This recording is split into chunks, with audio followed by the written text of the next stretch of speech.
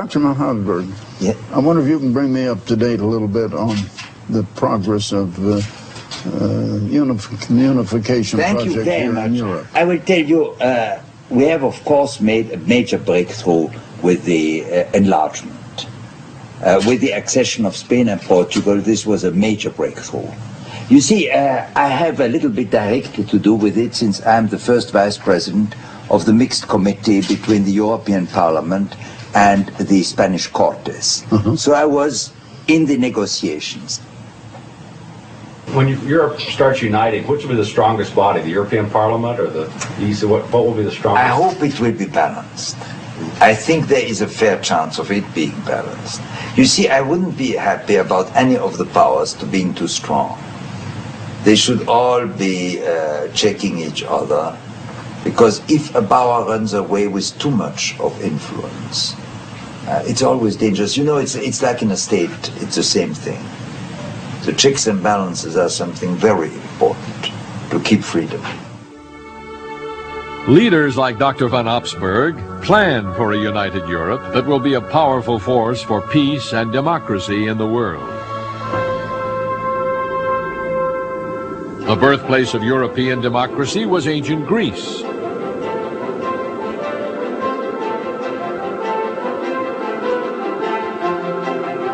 The Apostle Paul once proclaimed the true gospel to the superstitious inhabitants of Athens. 2,000 years later, Mr. Armstrong confronted political leaders and businessmen in the Athens Rotary Club with the truth about the future of Europe.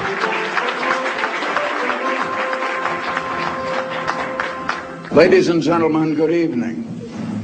It certainly is a great honor to be able to speak to the Rotary Club here in Athens, Greece, one of the most ancient cities in the world and the home of education, scholarship, and culture, one of the oldest cultural cities in the world.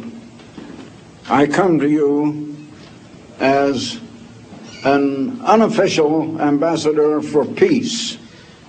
Armies do not bring peace to a country. We have not learned the way to peace. Yesterday, I was having a meeting with some of the officials of your country, and there was considerable discussion about the plans for the unification of Europe. And as one of your officials said, world peace depends upon European unification. I want to tell you something more about the coming unification of Europe. We not only have language barriers between the nations and nationalism, different aspirations, and all that sort of thing, and differences which have to be overcome, but many of the political leaders feel that they do not want to be church-dominated, and yet they're not going to be able to get together without the cohesiveness of church domination and the church bringing them all together. You see, even the church is divided between East and West. I can tell you, however, that I fully believe that rift is going to be healed. And I fully believe that unification will be unexpectedly and suddenly achieved, and the whole world is going to be stunned and astounded when it is announced that there is, in the continent of Europe, a new political unification, a nation as great or greater than the Soviet Union or the United States of America. Many listen respectfully, but they do not believe. The old nations of Europe are tired of war. They seek unification only for peaceful purposes. It is a bold dream, but the prophecies show that the union of the nations in Europe will result not in peace, but in the most terrible instrument of destruction the world has ever seen. The course of a united Europe was charted long ago in the days of the prophet Daniel, when the destiny of this world passed into the hands of 4 world-ruling empires. Daniel had seen 4 beasts representing those empires. Then I wished to know the truth about the 4th beast. Thus he said, "The 4th beast shall be a 4th kingdom on earth, which shall be different from all other kingdoms, and shall devour the whole earth, trample it, and break it in pieces. The 10 horns are 10 kings who shall arise from this kingdom." And so God revealed that the 4th beast represented the 4th empire, which would continue in one form or another to the time of the end. Babylon fell to the Persian Empire in the 6th century BC. The Persians ruled the world for 2 centuries, until 333 BC, when the armies of Alexander destroyed Persia's power. This 3rd empire, like unto a leopard, endured for nearly 3 more centuries before falling to the might of the Romans. And so, in 31 BC, the 4th beast was born as an empire, a power that would influence the affairs of the world until the second coming of Jesus Christ rescues mankind from its clutches. It was in the heyday of the first stage of the Roman Empire that Jesus Christ revealed the final details of its role in world history.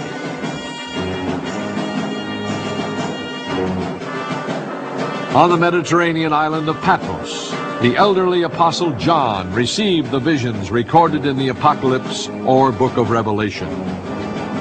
He saw in vivid detail a cataclysmic war that would take place at the end of the age. Against this backdrop of mayhem and destruction, John saw once again the savage beasts of Daniel's vision, now combined into one all-consuming monster. Then I stood on the sand of the sea, and I saw a beast rising up out of the sea, having 7 heads and 10 horns, and on his horns 10 crowns, and on his heads a blasphemous name. Now the beast which I saw was like a leopard.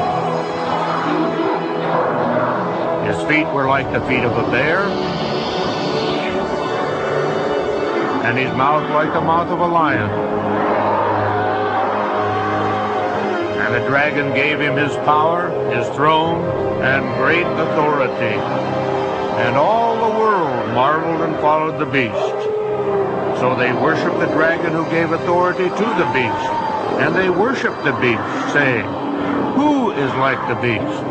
And who is able to make war with him?" Here then is a beast of fearsome proportion. The majesty of Babylon, the relentless force of Persia, the speed of the 4-headed leopard of Greece, all combined to produce the formidable military might of the Romans.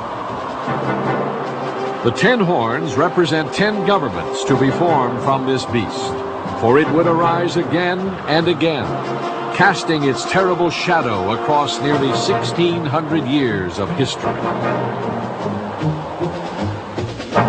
The old Roman Empire fell in AD 476.